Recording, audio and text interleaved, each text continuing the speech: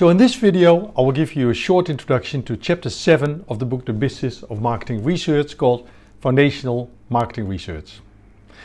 But what do we mean with foundational research? Right? A simple definition is research to improve general understanding of a market or a category. The objective is to find ideas or insights that can help companies or the category to grow. For example, foundational research has helped a company to find new user occasions for its dry soups. Research has shown that many people had a craving for some savory snack around 4 p.m. at work.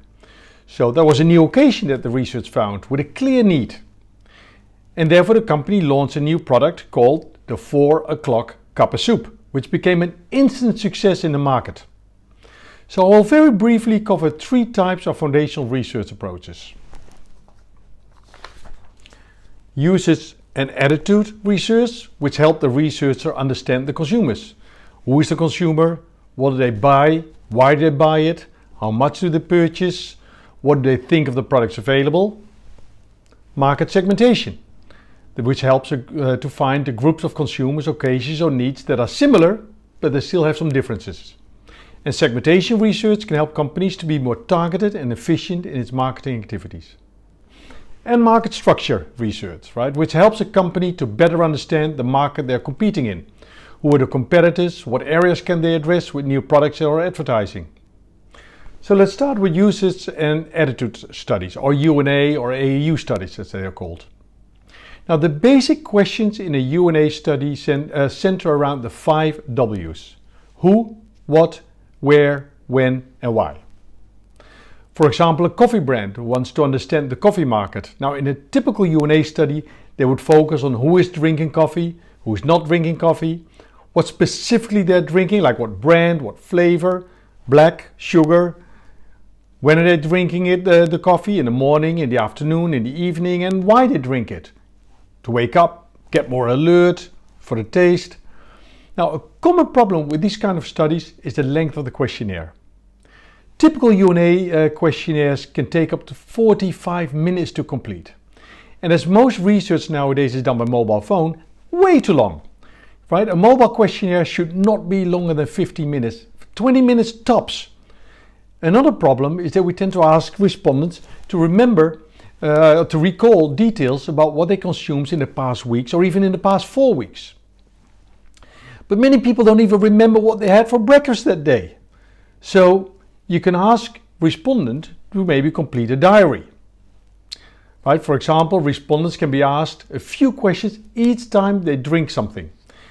Another solution is to track real consumer behavior.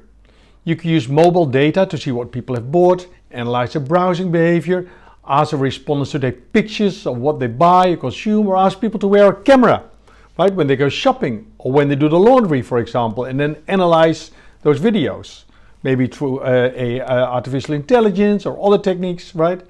Now, all these new technologies and analytical technologies can help the researcher further reduce the length of the questionnaire and getting more accurate data and accurate insights. And with all this new data at our fingertips and all these new analytical tools, I think these are really exciting times for UNA studies and super inspiring to be a market researcher. So next, market segmentation. Now, in an ideal world where costs are not an issue, companies would give each consumer a personalized product. We will give each consumer exactly the car, the shampoo, the phone, or whatever what they want. The right color, the right specifications, etc. Precisely target to individual consumer needs. Unfortunately, that's way too costly for a company. But the company also don't want to sell only one average product for all its consumers. So it's looking for groups of consumers with similar needs. And these groups or segments of people can be targeted with a product that fits the needs of that segment as much as possible. Now that's the goal of segmentation, finding groups of people with similar needs that we can target with products, with communications, with services, etc.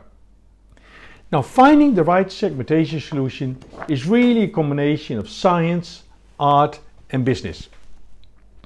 With the right data and the right analytical segmentation tool, you'll probably find several solutions that all seem to work pretty well. You may find a 3-segment solutions or a 4-segment solution, a 5-segment solution. Analytically, they're all correct. But which one should we choose? Now the answer lies in conversations with the key stakeholders and to see which solution resonates best with them. And which solution can be targeted best and provides the best bang for the buck. Now that we've decided on a segment solution, you will need to bring the segments to life. You will have to think about a name for each segment. For example, a segment can be called energy seekers, another one health lovers, or family first.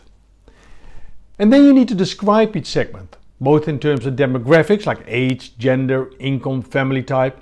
But what's more important is that you need to get creative and bring some depth and warmth to these segments with pictures and videos. What do people in the segments eat? What do they drink? What do they shop? How do they feel? Creating a typical consumer for each segment can be a very helpful tool to describe each segment to the audience and really make them come to life. Now finally, let's briefly talk about market structure analysis. Now companies often want to understand who the competitors are. What products do consumers see as valid alternatives? Right? If my Heineken beer is not available, what other brand would I choose? Now the answer might surprise you. Right? Instead of Heineken beer, you may choose for a glass of wine. Instead of a Harley Davidson motorcycle, someone may choose for an expensive watch. And instead of a Samsung mobile phone, someone may choose for a tablet computer. So understanding how consumers structure the market will help companies to think of new products or better communication. So I've briefly talked about the most used foundational research types: usage and attitude research, market segmentation research, and market structure analysis.